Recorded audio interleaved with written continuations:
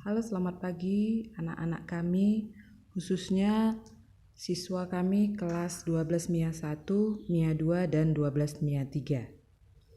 Hari ini kita akan belajar tentang materi kimia, yaitu kenaikan titik didih larutan atau dikatakan juga dengan notasi delta TD. Sebelumnya, minggu lalu kita sudah pelajari tentang penurunan tekanan uap.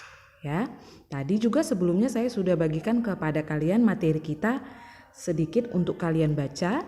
Ya, jadi saya harap kalian baca dulu materi tersebut supaya kalian lebih memahami video yang akan saya jabarkan berikut.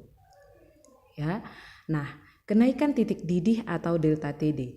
Titik didih adalah suhu pada saat tekanan uap jenuh suatu cairan sama dengan tekanan atmosfer di sekitarnya. Pada saat itu terjadi perubahan wujud zat dari cair menjadi gas. Air murni mendidih pada suhu 100 derajat Celcius dengan tekanan 760 mm Hg.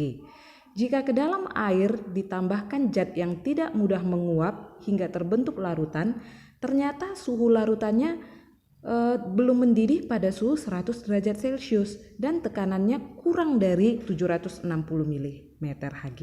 Jadi agar larutan tersebut mendidih, maka tekanan uapnya harus ditambahkan.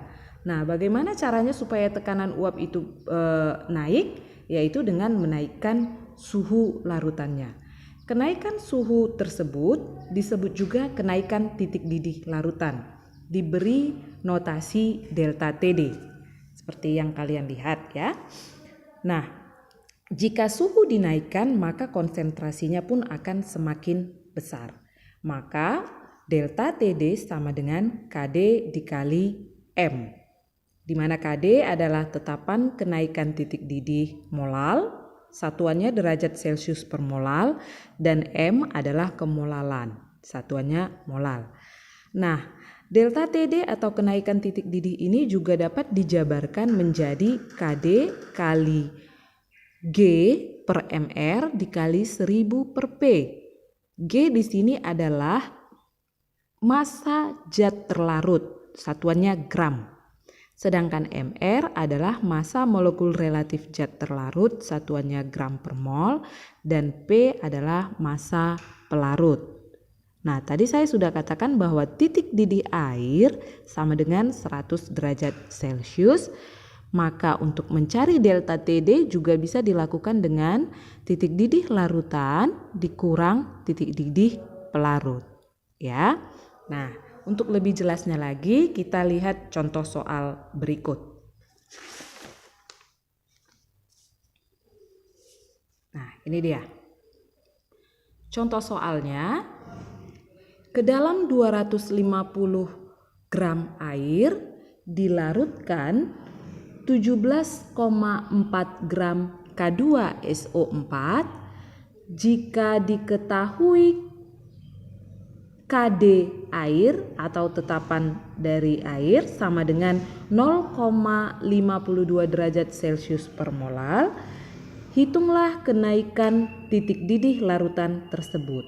Nah, diketahui AR-nya dari K sama dengan 39, S sama dengan 32, dan O sama dengan 16. Nah, coba perhatikan contoh soal berikut ya. Dari soal berikut kita bisa mengetahui bahwa P itu sebanyak 250 gram ya, atau massa pelarutnya 250 gram. Kemudian G atau massa zat terlarutnya itu 17,4 gram. Tadi zat terlarutnya adalah K2SO4. Sedangkan KD-nya, KD air sama dengan 0,52 derajat Celcius per molal.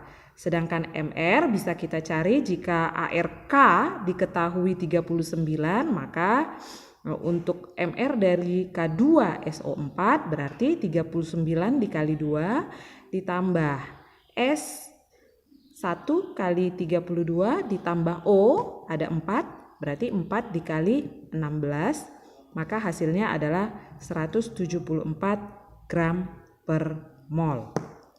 Nah, maka yang ditanya tadi dikatakan hitunglah kenaikan titik didihnya. Berarti ditanya adalah delta TD. Ya, maka kita gunakan rumus yang sebelumnya sudah saya jelaskan. Nah, kita gunakan rumus delta TD sama dengan KD kali gram per mr dikali 1000 per P sama dengan KD-nya itu 0,52 derajat Celcius per mol dikali G.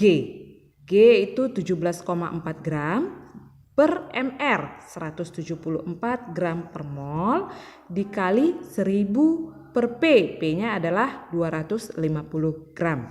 Ya, maka hasilnya 0,52 dikali 0,1 dikali 4. Maka delta TD sama dengan 0,208 derajat Celcius. Jadi kalau kita sudah ketahui P, kemudian G, lalu ada KD-nya juga, MR-nya juga diberitahu, lalu ditanya delta TD-nya atau kenaikan titik didihnya, gunakan rumus yang ini. Ya, delta TD sama dengan KD dikali G per mr dikali 1000 per P. Ya, kita tinggal masukkan nilainya, maka dapatlah hasil dari kenaikan titik didihnya sebanyak 0,208 derajat Celcius. Saya harap anak-anak bisa mengerti video singkat ini. Kalau ada yang kalian mau tanyakan, bisa ditanyakan langsung di grup kita atau di classroom kita. Demikian penjelasan saya pada hari ini.